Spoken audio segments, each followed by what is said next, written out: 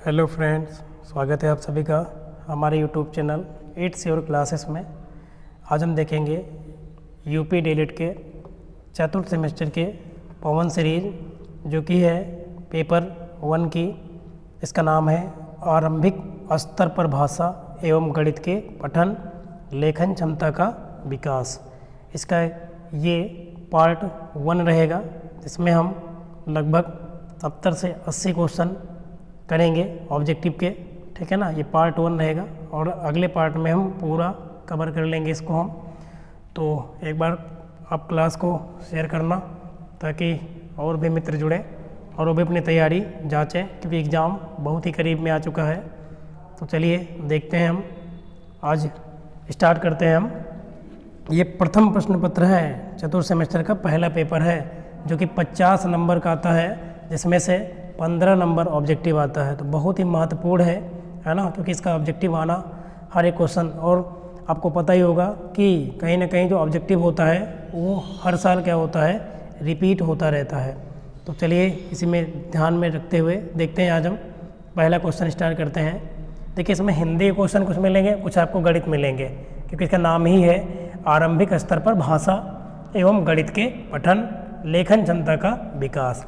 तो पहला क्वेश्चन देखिए, देखो ये सभी 22 के क्वेश्चन हैं जो आए हुए हैं, फिर ऐसे 21 का, फिर 20 का, है ना, ऐसे घटते हुए क्रम में चलेंगे।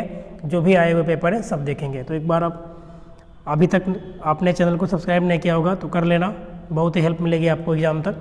चलिए देखिए, पहला ज्ञा वर्ड बना है, वर्डन लिखा है, वर्ड रहेगा यहाँ पर। तो ज्ञा वर्ड किससे मिलकर बना है ये आपको पता होगा।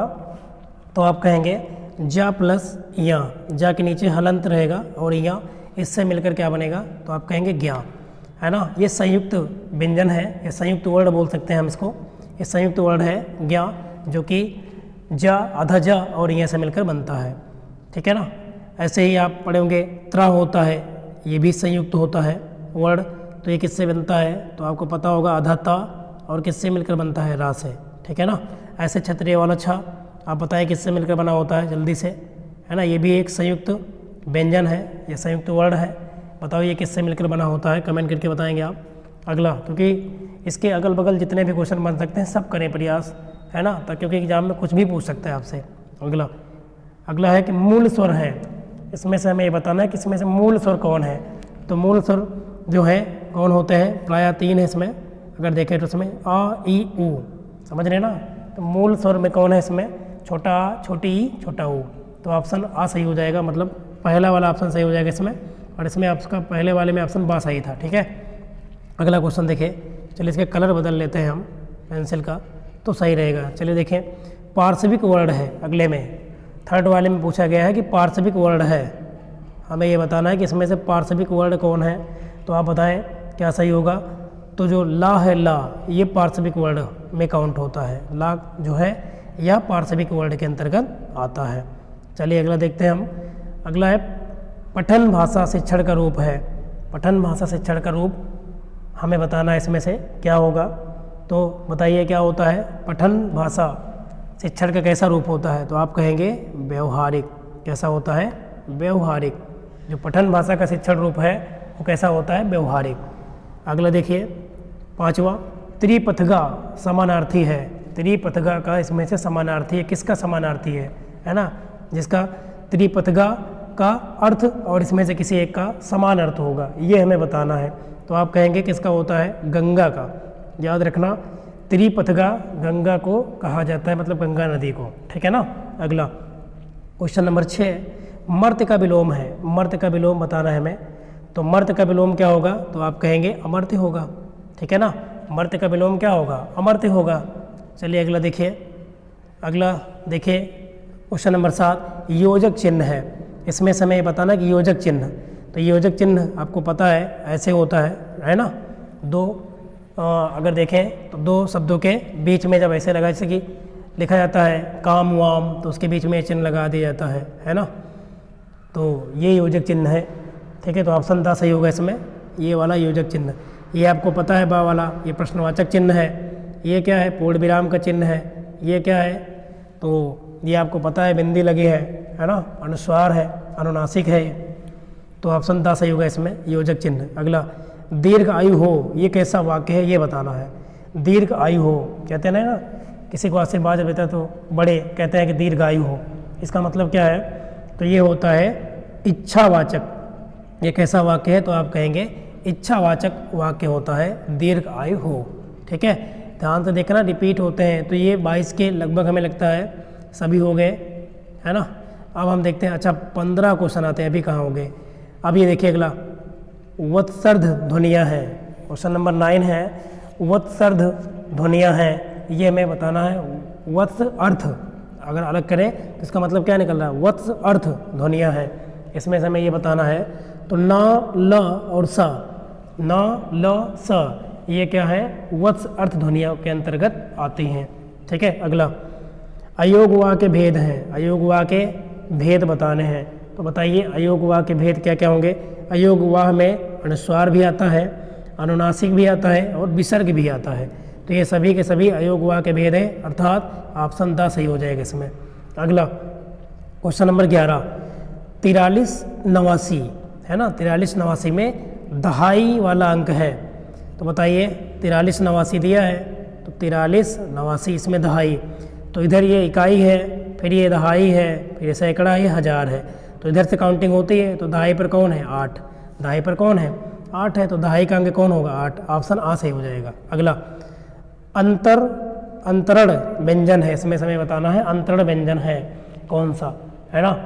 अंतरण व्यंजन कौन सा है, तो आप पढ़े होंगे य, र, ल, व होता है, अंतस्थ व्यंजन भी इसे कहते हैं हम, य, र, ल, व। तो बताइए ये क्या हो जाएगा, या इसमें, तो यह सही हो जाएगा। ठीक है ना। चलिए अगला देखिए, अगला देखते हैं हम, प्राकृतिक संख्या है, इसमें से बताना है हमें कि प्राकृतिक संख्या है। तो प्राकृतिक संख्याओं का प्रारंभ, अब एक गणित के क्वेश्चन है एक प्रकार से। प्राकृतिक संख्या किसे कहते हैं आपको पता होगा। प्राकृतिक संख्याएं 1 से शुरू होती हैं, है ना, 1 2 3 4 5 डॉट डॉट इनफाइनाइट तक होती हैं। तो 1 भी प्राकृतिक संख्या है, 2 भी प्राकृतिक संख्या है, 3 भी है। तो इस प्रकार उपरोक्त सभी सही हो जाएगा। ये सभी के सभी 2022 में आए हुए थे। अगला, 14 और 10 तक के अंकों में, 14 से 10 तक के अंकों में सबसे छोटा अंक क्या है। जैसे कि हमने 10 लिखा है ना, अब बताओ 10 में छोटा अंक कौन होगा, एक अंक ये है, 10 में 2 अंक है ना, इकाई और दहाई, तो इसमें छोटा अंक कौन है, 0। तो 10 से 14 के बीच में अगर सबसे छोटा अंक पूछा जाए तो बताएं क्या होगा, 0 होगा। समझ रहे ना, क्या होगा, 0। तो ऑप्शन नंबर कौन सही हो जाएगा, आ। 14 में ऑप्शन नंबर आ सही हो जाएगा। अब 15 नंबर देखते हैं, परस्पर मेल के आधार पर व्यंजन है, परस्पर मेल के आधार पर व्यंजन होते हैं, हमें ये बताना है। तो आप कहेंगे संयुक्त व्यंजन भी होता है, द्वित्व व्यंजन भी होता है। तो इस प्रकार हम कह सकते हैं कि 1 और 2 दोनों सही हैं। तो 15 में ऑप्शन सा सही हो जाएगा, 1 और 2 दोनों। अगला, स्पर्श व्यंजन नहीं है ना, इसमें समय बताना है कि ऐसा कौन सा व्यंजन है जो स्पर्श व्यंजन नहीं है। ठीक है, तो आप कहेंगे या बोलते में, है ना, कोई भी चीज़ में अंग का जो स्पर्श नहीं होता है, या स्वतंत्र है बिल्कुल। ये पा बोल के देखो, पा में आपके ओठ है ना यूज में आएंगे। का बोलेंगे तो आपका जो है कंठ निकलेगा, कंठ से भिड़ के आवाज चा में भी हो रहा है स्पर्श। लेकिन या वर्ड में या इसमें कोई जो है स्पर्श, कोई अंग पार्ट हो नहीं रहा है, तो ये हो जाएगा। अगला देखिए, अगला है, थोड़ा जूम कर दें अगर क्लियर ना रहा हो तो। ये अब 21 के शुरू हो गए हैं, है ना, 2 क्वेश्चन हो गए, तीसरा है ये, अच्छा दूसरा है 21 का। 22 का हमने कर लिया, अब 21 का करेंगे। सा वर्ग का उच्चारण स्थान है, तो बताइए सा वर्ग का उच्चारण स्थान इसमें बताइए क्या होगा। तो आप कहेंगे मूर्धा, है ना, क्या होगा, मूर्धा। इसकी ट्रिक है, आप पता होगा, है ना, KTM 2 के मतलब कंठ, जो का वर्ग होता है वो कंठ हो जाएगा। उसके बाद ता था दा धा ना, ता जो होगा तालु होता है, वाफा वाभा मा, है ना, ये होगा मूर्धा। या ला वसा, है ना, KTM 2 ये होती है ट्रिक। कुछ समय गड़बड़ लग रहा है इसमें, KTM इंग्लिश में है ये।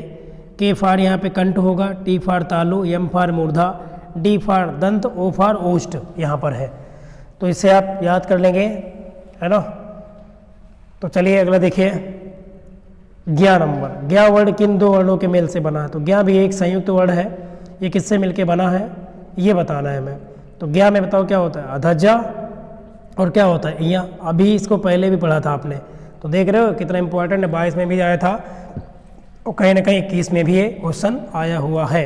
अगला देखिए, अगला क्वेश्चन देखेंगे, क्वेश्चन नंबर 19 क्या दिया है, अन और अहा ये वर्ड कहलाते हैं, कैसे वर्ड, अन और अहा जो वर्ड हैं ये क्या कहलाते हैं, तो आपको पता होगा अयोगवाह, अयोगवाह, ठीक है ना, एक यन, अनुस्वार और विसर्ग ये सभी किसमें आते हैं, अयोगवाह के अंतर्गत आते हैं। अगला साइलेंट मतलब मूक या मौन वर्डों का प्रयोग होता है किस भाषा में, तो इंग्लिश में होता है। जैसे कि आपसे कहा जाए कि आप लिखें नाइट, तो KNIGHT इसको भी नाइट ही पढ़ा जाता है, सही है ना, KNIGHT नाइट, लेकिन इसमें के को पढ़ा ही नहीं गया क्योंकि नाइट पढ़ रहे हैं आप, तो ये भी है ये साइलेंट, तो किस भाषा में होता है, तो इंग्लिश या अंग्रेजी भाषा आप बोलेंगे यहाँ पे, तो 20 में आ वाला सही हो जाएगा कि साइलेंट वर्डों का प्रयोग किस भाषा में होता है, तो आप कहेंगे अंग्रेजी भाषा में साइलेंट वर्डों का प्रयोग किया जाता है। चलिए अगला पेज लेते हैं जल्दी से, देखते हैं अगला क्वेश्चन 21, क्वालिटी को आप बढ़ा लेंगे यदि सही से नहीं दिख रहा होगा, वैसे दिख रहा होगा। महाप्राण होते हैं, एक होता है अल्पप्राण, एक होता है महाप्राण, तो इसमें हमें बताना है कि महाप्राण होते हैं, तो आप कहेंगे महाप्राण में इसमें आएगा चा और जा, समझ रहे ना, चा और जा, ठीक है। उसके बाद संज्ञा शब्द होते हैं, संज्ञा शब्द कैसे होते हैं ये हमें बताना है। संज्ञा जो शब्द होते हैं वो अभिकारी शब्द होते हैं, संज्ञा अभिकारी शब्द होते हैं। अगला सर्वनाम के कितने भेद होते हैं, सर्वनाम के कितने भेद होते हैं ये बताना है, तो आप कहेंगे सर्वनाम के 6 भेद होते हैं, है ना, कितने होते हैं, 6 भेद होते हैं सर्वनाम के। अगला वाच्य कितने प्रकार के होते हैं, वाच्य कितने प्रकार के होते हैं हमें ये बताना है, तो वाच्य 3 प्रकार के होते हैं, है ना, आप पढ़े होंगे कृतवाच्य, कर्मवाच्य, तो 3 प्रकार के होते हैं। चलिए अगला देखते हैं हम, क्वेश्चन नंबर 25 में क्या दिया है, निम्न में से कौन उद्धरण विराम चिन्ह है, इसमें से कौन सा उद्धरण विराम चिन्ह का जो है संकेत है हमें ये बताना है, तो ये होता है उद्धरण, जिसको डबल इन्वर्टेड कामा बोलते हैं, ये होता है उद्धरण विराम चिन्ह का प्रयोग। अगला संबोधन निर्माण का चरण है, संबोधन निर्माण का चरण इसमें हमें बताना है, तो आप कहेंगे संबोधन निर्माण का जो चरण है इसमें मिलान करना भी होता है, तुलना करना भी होता है, ये दोनों आएंगे तो 1 और 2 दोनों।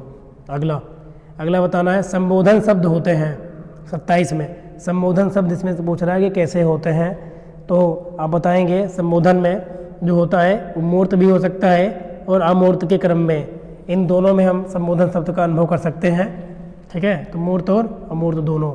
अगला क्वेश्चन देखिए, क्वेश्चन नंबर 28, 65,342 और 78,443 जोड़ने पर प्राप्त संख्या के 1000 वाली संख्या है, तो जब आप इनको जोड़ेंगे तो 3 और 2 कितना आएगा, 5, चलिए जोड़ के देख लेते हैं हम, है ना, 3 2 5, 4 और 4 8 ये आएगा, उसके बाद 4 और 3 कितना आएगा, 7 आएगा।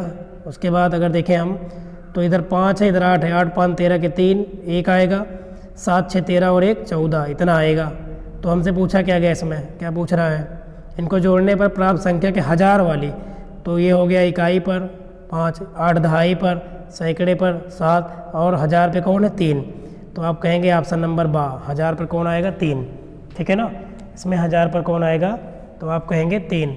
चलिए अगला क्वेश्चन देखते हैं हम, अगला पेज लेते हैं, ये देखिए क्वेश्चन नंबर 29 में क्या दिया है, देखिए आप 65 34 मतलब 6534 को 7 से भाग देने पर, है ना, इसको 7 से भाग देना है, तो भागफल और शेषफल बताना है।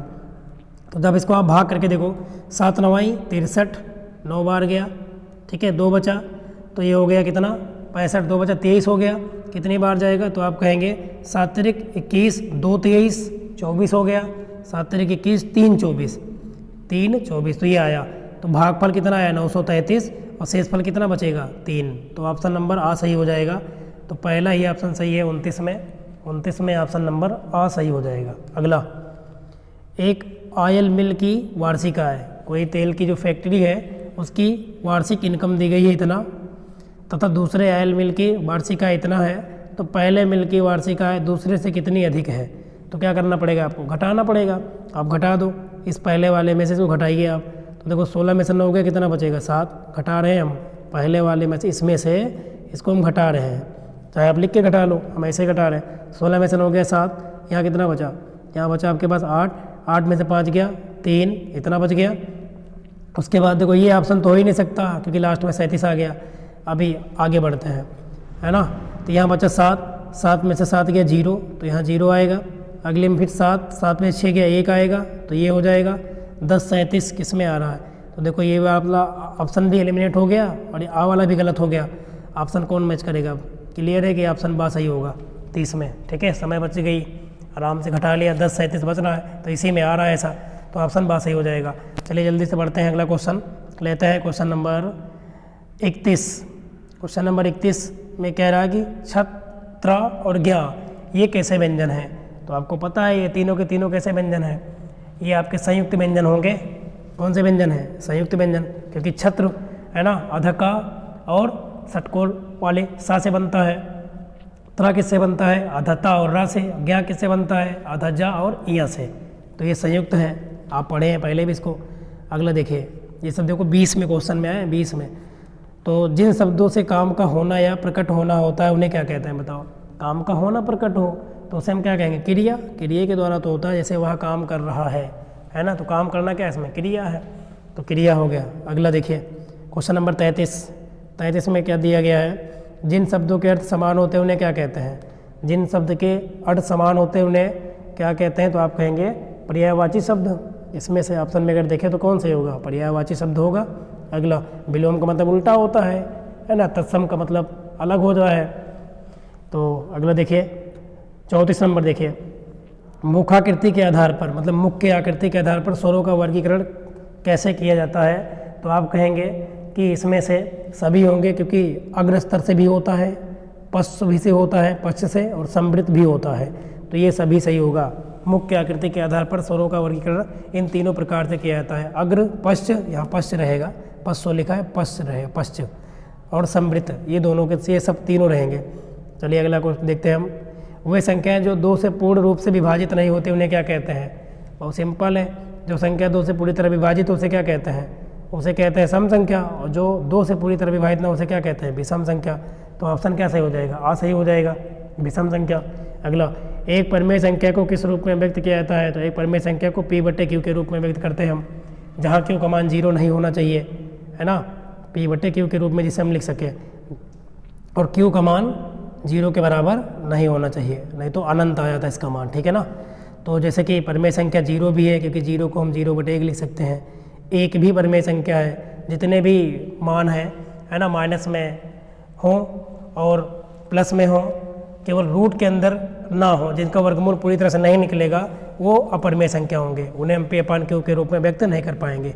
बाकी सभी संख्या को हम P/Q के रूप में व्यक्त कर सकते हैं। तो हम कह सकते हैं कि सभी प्राकृतिक संख्या और सभी पूर्ण संख्या और सभी पूर्णांक, ये सभी क्या होते हैं, परिमेय संख्या होते हैं। अगला देखिए, शून्य की खोज कहाँ हुई। तो आपको पता है शून्य की खोज भारत में हुई, आर्यभट्ट ने की, है ना। चलिए अगला क्वेश्चन देखिए, क्वेश्चन नंबर 38। 990 में 9 का स्थानीय मान है। देखो 990, इसमें 2 बार 9 है, तो इस वाले 9 का स्थानीय मान क्या होगा, 9 के बाद कितने 0, दहाई पर है, तो एक ये 90, और यहाँ पर अगर देखें तो 9 के बाद कितना 2 0, मतलब 900, तो ये दोनों होगा। मतलब इसमें कितने से गुणा हुआ है, 10 से, 9 में इसमें कितने से गुणा हुआ है, 100 से, तो 10 और 100 दोनों होगा। एक पे 10 आएगा और एक में कितना आएगा 100, तो 10 और 100, क्योंकि 2 बार 9 है इसमें, तो ऑप्शन सा सही हो जाएगा दोनों। ठीक है, चलिए आगे बढ़ते हैं हम, अगला लेते हैं। अगला क्वेश्चन है, आंचल में है दूध और आँखों में पानी, यह कथन किसका है। ये हिंदी का क्वेश्चन है। आंचल में है दूध और आँखों में है पानी, ये कथन किसका है, हमें ये बताना है। तो आप कहेंगे बहुत फेमस है, मैथिली शरण गुप्त जी। किसका कथन है ये, मैथिली शरण गुप्त का कथन है, 2020 में आया हुआ क्वेश्चन है ये। अगला क्वेश्चन नंबर 40 देखें, 1 से 9 तक की संख्याओं का ज्ञान छोटे छात्रों को किन माध्यमों से कराया जाना चाहिए। 1 से 9 तक का ज्ञान, है ना, किस प्रकार से छोटे छोटे बच्चों को हम करा सकते हैं। तो खेल द्वारा भी करा सकते हैं, बिल्कुल खेल खेल में सिखा सकते हैं, कविता के द्वारा भी, मूर्त वस्तुओं को मतलब दिखा कर भी। तो हम कह सकते हैं कि उपरोक्त सभी सही होगा इसमें, सभी के द्वारा हम 1 से 9 तक की संख्या का ज्ञान छोटे बच्चों को करा सकते हैं। अगला, निम्नलिखित में दंत व्यंजन है ना, जिसको बोलते समय हमारे दांत का भी यूज होता है, हमें ये बताना है इसमें से कौन सा होगा। तो आप कहेंगे ना, देखो आप, आपकी जो जीभ है, जीवा है, वो दांत से लगेगी, ना, त थ द ध ना, इन सभी में लगता है। तो ये हो जाएगा। अगला क्वेश्चन देखिए, क्वेश्चन नंबर 42। क्वेश्चन नंबर 42 आप देखेंगे, 42 में क्या दिया है, सबसे छोटी सम अभाज्य संख्या है। अब आपको अभाज्य संख्या का रूल पता होना चाहिए। अभाज्य संख्या वही संख्याएं होती हैं जो केवल दो संख्या से कटे, अपने आप से या एक से, और किसी संख्या से वो ना हो विभाजित, वो संख्या अभाज्य होती है। लेकिन यहाँ सम भी बोला है तो वो संख्या कौन होगी, 2, क्योंकि 2 एक सम संख्या भी है और 2 के 2 फैक्टर भी हैं, अभाज्य भी है, मतलब एक से कटेगी या फिर अपने आप से कटेगी, 2 फैक्टर हैं इसके, ठीक है ना। तो ये संख्या है सबसे छोटी समअभाज्य संख्या। और सबसे बड़ी पूछे तो अनंत हो सकती है, क्योंकि लिमिट तो है नहीं कोई। अगला 22 गुणे 34 का गुणनफल है, तो गुणा कर लीजिए आप। 22 चौक 88 के 8, 22 से 34 गुणा करो, 22 चौक 88 के 8, हासिल कितना आएगा 8, 22 3 66, 66 और 8 जोड़िए, 66 4 70, 70 4 74, तो 700 कितना आएगा 48। गुणा करेंगे आप तो कितना आएगा 748। अगला गणित की मूल संक्रियाएँ हैं, हमें ये बताना है कि गणित की इसमें मूल संक्रियाएँ कौन कौन सी हैं। तो आप कहेंगे जोड़ना घटाना गुणा भाग, ये सभी मूल संक्रिया के अंतर्गत आता है। तो आ और बा दोनों। 44 में क्या सही हो जाएगा, आ व बा दोनों के दोनों सही हैं। गणित की मूल संक्रियाएँ में जोड़ना घटाना गुणा और भाग ये सभी आते हैं। अगला 45, ता वर्ग का उच्चारण स्थान है, ता थ द ध न, अभी आपने ऊपर ही पढ़ा था, है ना। ता वाला हमने क्या कहा था, दांत, दांत का यूज होता है, दांत का, हमारी जो जिह्वा होती है, जीभ, वो दांतों से टच होती है, तो दंत है ये, है ना। तो ता वर्ग का उच्चारण स्थान क्या होता है, दंत होता है, और का वर्ग का कंठ होता है, ठीक है ना। चलिए अगला देखिए, अगला पेज लेते हैं जल्दी से, और देखिए क्वेश्चन, अगला क्वेश्चन नंबर 46 क्या दिया है, निम्न में से स्वर नहीं है। इसमें से बताना है हमें कि कौन सा स्वर नहीं है। तो बताइए इसमें कौन स्वर नहीं है, बहुत सिंपल है।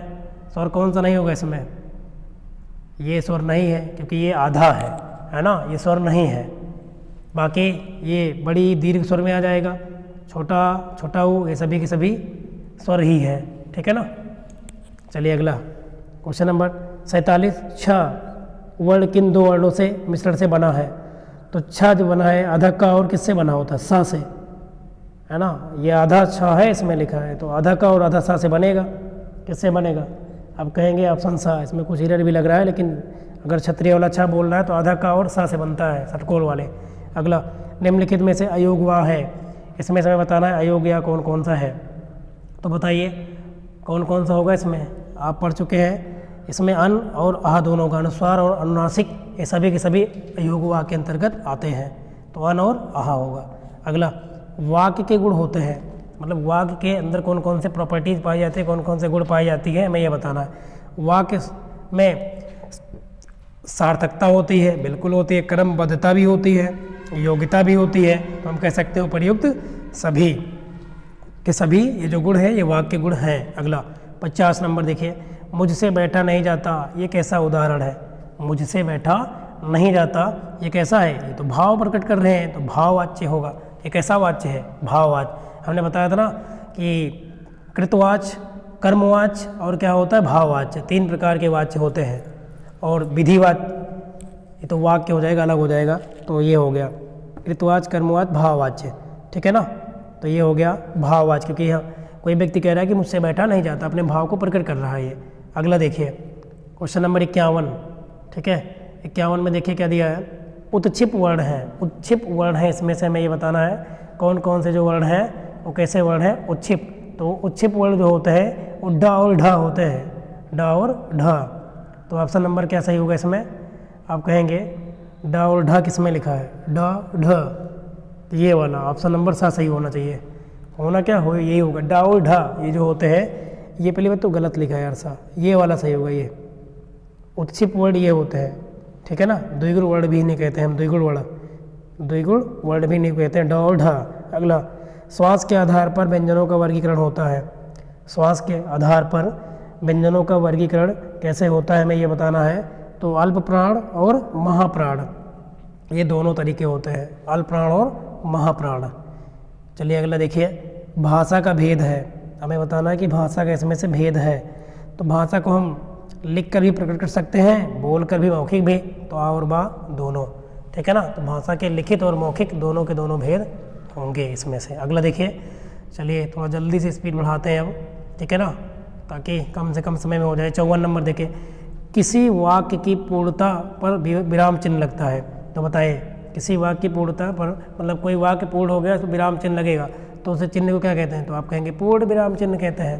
क्या बोलते हैं? पूर्ण विराम चिन्ह। अगला, बिना सोचे समझे अधिक खर्च करने वाले के लिए एक शब्द बताना है। बिना सोचे समझे अधिक खर्च करेगा तो बताइए क्या होता है? उसे कहते हैं हम अपव्ययी। क्या बोलते हैं? अपव्ययी। कंजूस तो खर्च ही नहीं करने आएगा, है ना। अगला क्वेश्चन नंबर 56 देखिए, किसी संख्या के दाहिनी ओर शून्य रखने पर वह संख्या बढ़ जाती है। कोई संख्या है ये, इसके दाहिनी ओर शून्य रख दो तो वह संख्या कितने गुना बढ़ जाएगी?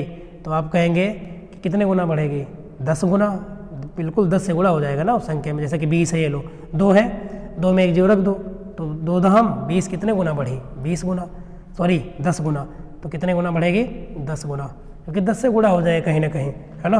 2 थी, अब जैसे एक जीरो लगाया 20 हो गया तो 2 दहम 20 कितने गुना बढ़ी? 10 गुना। अगला, 3 अंकों की सबसे बड़ी संख्या होती है, तो ये तो सबको आता है 999, और 3 अंकों की सबसे छोटी संख्या पूछता है तो 100 होती है। चलिए अगला क्वेश्चन लेते हैं हम जल्दी से। अगला क्वेश्चन क्या दिया है? देखिए ये क्वेश्चन है 3478 में सैकड़े वाली संख्या है, बताओ क्या होगी? इकाई पर 8 है, दहाई पर 7 है, सैकड़े पर 4 है, तो ऑप्शन क्या होगा? सा, मतलब 4 होगा। अगला 59 नंबर देखें आप, 10 तक के अंकों में सबसे छोटा अंक है। 10 तक के अगर अंकों की बात करें तो उसमें सबसे छोटा अंक कौन होता है? तो 0 होता है, क्योंकि 10 में 0 आ जाएगा ना। इसमें 2 अंक है तो 0 इसमें छोटा होगा सबसे, तो 0 होगा। अगला क्वेश्चन देखिए, क्वेश्चन नंबर 60 में क्या दिया है? निम्नलिखित में शुद्ध शब्द है, इसमें बताना है कि शुद्ध शब्द है, अंताक्षरी लिखा है ना। तो बताइए क्या बोलते हैं?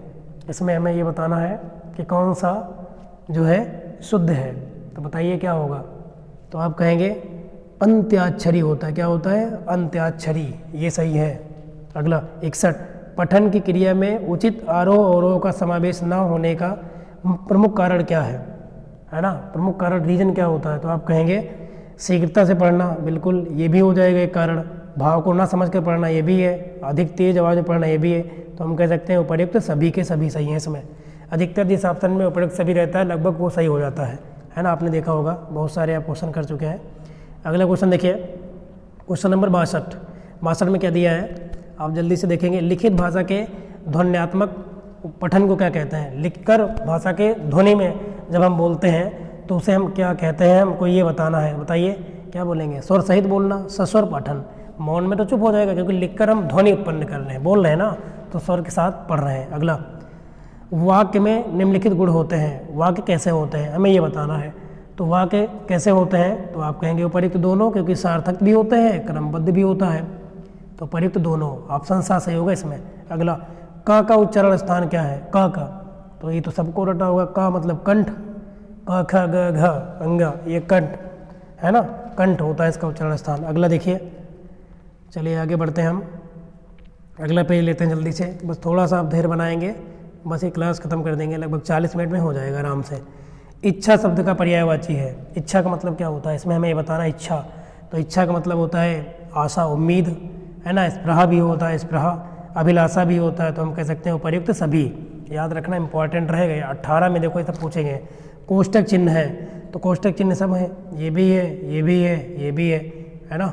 सभी के सभी हैं कोष्टक चिन्ह, मतलब ब्रैकेट चिन्ह पूछ रहा है, तो आप कहेंगे सभी हैं। ये छोटा हो गया, ये क्या हो गया आपका मंझला, और ये हो गया बड़ा ब्रैकेट। अगला 67 नंबर, किसी कथन का विस्तार देने वाले विवरण को प्रारंभ करने के लिए किस विवरण का? तो विवरण चिन्ह तो यही होता है, इसको कहते हैं विवरण चिन्ह। तो आ वाला ऑप्शन सही हो जाएगा इसमें, विवरण चिन्ह, ठीक है ना। विवरण देना है किसी के बारे में तो ये चिन्ह लगाते हैं। अगला शुद्ध शब्द है, इसमें से हमें बताना उज्ज्वल क्या होता है? उज्ज्वल होता है, तो छोटा ऊ अधजा, फिर अधजा व ला, उज्ज्वल होता है, उज्ज्वल, ठीक है। अगला देखिए, चलिए अगला पेज लेते हैं जल्दी से और देखते हैं अगला क्वेश्चन क्या दिया है। देखो इधर क्वेश्चन नंबर 69 क्या दिया है? जिन स्वरों का उच्चारण करते समय मुख पूरी तरह खुला रहता है उसे हम क्या कहते हैं? मतलब जिनको बोलते समय जो मुख होता है पूरी तरह से क्या होता है? खुला होता है, उसे हम कहते हैं विवृत स्वर। क्या बोलते हैं? विवृत स्वर कहते हैं। और जिनमें आधा खुलता है उसे संवृत स्वर कहते हैं, सॉरी अर्धवृत्त में, अर्धवृत्त संवृत स्वर कहते हैं। तो विवृत का मतलब जब पूरा मुंह खुल जाता है बोलते समय, पूरी तरह खुला हो। अगला शब्द की विशेषता है, 70 में हमें बताना है कि शब्द की विशेषता क्या है। शब्दों के मेल से वाक्य बनता है, बिल्कुल। वाक्यों में प्रयोग किए गए शब्द पद कहलाते हैं, बिल्कुल सही है। शब्दों के बिना कोई भाषा का अस्तित्व नहीं, ये भी सही है। तो उपरोक्त तो सभी सही है इसमें। शब्दों की विशेषता इसमें से जितनी दी गई है सब सही है। अगला देखिए क्या दिया है, दी हुई संख्याओं का अवरोही क्रम। अब आपको ये पता हो अवरोही का मतलब क्या होता है, घटता हुआ क्रम। अवरोही का मतलब क्या होता है, घटता हुआ क्रम। इसका मतलब सबसे पहले सबसे बड़ा, फिर उससे छोटा, फिर उससे छोटा। तो बताइए इसमें अगर आप ध्यान से देखें, सबसे बड़ा 78 64, 78 54, फिर 46, पहले ऑप्शन सही हो जा रहा है इसमें, सही है ना, पहला ही ऑप्शन इसमें सही हो जाएगा। अगला क्वेश्चन देखिए, क्वेश्चन नंबर अगला है 72। यस, क्वेश्चन नंबर 72 को देखते हैं हम, क्या दिया है। यदि क्लासेस पसंद आ रही हो तो आप सब्सक्राइब कर लेना, यदि नहीं किए हो तो। आगे, संख्या 5 को 0 से गुणा करने पर गुणनफल क्या होगा। 0 से किसी भी संख्या को आप गुणा करें, है ना, तो बताइए क्या होता है, 0 ही आएगा, ठीक है ना। तो चलिए ये हो गया 0। अगला देखते हैं हम, 0 को किसी संख्या से भाग दें तो क्या आता है। 0 को किसी संख्या से, मतलब 0 को यदि आप किसी संख्या से भाग करेंगे तब हमेशा क्या आएगा, 0 ही आएगा। लेकिन 0 से किसी संख्या को भाग करें आप, देखो दोनों का अलग अंतर है। अगर 0 को किसी संख्या से भाग करोगे तो 0 आएगा, लेकिन अगर 0 से किसी संख्या को आप खुद भाग कर रहे हो तो उस समय इसका उत्तर क्या आता है, इनफाइनाइट, क्या होता है, अनंत। ये भी याद रखेंगे आप। तो इसमें तो 0 ही आएगा, ठीक है ना। अगला देखते हैं हम, अगला जल्दी से, लास्ट पेज है ये है। देखिए लगभग हमने 75 से 76 क्वेश्चन लगभग हमने कंप्लीट कर लिया है इसी वीडियो में। अगले में इसको कंप्लीट कर लेंगे हम। पुस्तक प्रेस कारखाने में पिछले वर्ष 39,779 तथा वर्तमान में 46,759 पुस्तकें छपकर तैयार हुई। कुल कितनी पुस्तकें छपी, ये हमें बताना है। तो कुल कितनी पुस्तकें छपी, इसका मतलब क्या है, दोनों का जोड़ बताना है भाई। कुल बताना है ना कितनी पुस्तकें छपी हैं, तो जोड़ दो आप। तो जोड़ोगे जब आप तो 9 9 18 के 8, ऐसा यही ऑप्शन में है, बा वाले में, और किसी में तो है नहीं इकाई पर 8, तो ऑप्शन बा सही हो जाएगा। जोड़ने की जरूरत नहीं इसमें। आगे अगला क्या दिया गया है, 1 सैकड़े में कितनी दहाइयाँ होती हैं। अब देखो 1 सैकड़े में कितनी दहाई होती है, ये रो सैकड़ा लिख दिया मैंने 100, इसमें कितनी दहाई है, हमें ये बताना है कि 1 सैकड़े में कितनी दहाई होगी। तो आप कहेंगे कि 1 सैकड़े में जो है कितनी दहाई होती है, 10। 1 सैकड़े में 10 दहाई होती है ना। देखो 10 × 10 करके देखो आप, 10 दहाई है, 10 दहम, 100 बन गया, सैकड़ा बन गया। तो 1 सैकड़े में 10 दहाई होती है। अगला पूछ लेता है, देखो 2018 में पूछा ही गया था क्वेश्चन। अगला, लेखन की अशुद्धियों को दूर करने का उपाय है। तो लेखन की अशुद्धि अगर हमें दूर करनी है तो हमें इसमें से चूज करना है कि कौन कौन सा उत्तर सही होना चाहिए। 12 खड़ी का अभ्यास होना चाहिए, बिल्कुल होना चाहिए। व्याकरण का समुचित ज्ञान, बिल्कुल। उच्चारण की भी स्पष्टता होनी चाहिए। तो हम कह सकते हैं इसमें जब सब सही ही है तो उपर्युक्त सभी सही हो जाएगा। क्या सही होगा, उपर्युक्त सभी। तो क्लास यहीं तक थी ये, है ना। आप लगातार हमसे बने रहें, उसके लिए बहुत बहुत धन्यवाद। कैसी लगी क्लास कमेंट करके बताना। यदि क्लास पसंद आई हो तो लाइक भी कर देना, है ना, अपने दोस्तों तक शेयर करना। बाकी आपको पता है कि एग्ज़ाम में इन्हीं से क्वेश्चन आएंगे, रिपीट होते हैं, देखे थे भी आप। इसमें से कई क्वेश्चन हैं 2022 में जो आए थे वो 21 में पूछे गए थे, है ना, 20 में भी पूछे गए हैं, तो रिपीट होते हैं। तो आप बार बार प्रैक्टिस करें अच्छे से, एग्ज़ाम आपका बहुत अच्छा जाएगा। चलिए यहीं तक रखते हैं इस क्लास को। अगले पार्ट में हम इसके सारे के सारे ऑब्जेक्टिव कंप्लीट कर लेंगे। ये पहला पेपर है ना, बहुत महत्वपूर्ण है क्योंकि 50 नंबर का पेपर है, 15 नंबर का ऑब्जेक्टिव आएगा इसमें से, तो इम्पोर्टेंस बहुत ज़्यादा रखता है ये एग्ज़ाम में। चलिए, तो वीडियो देखने के लिए आप सभी का एक बार पुनः से बहुत बहुत धन्यवाद।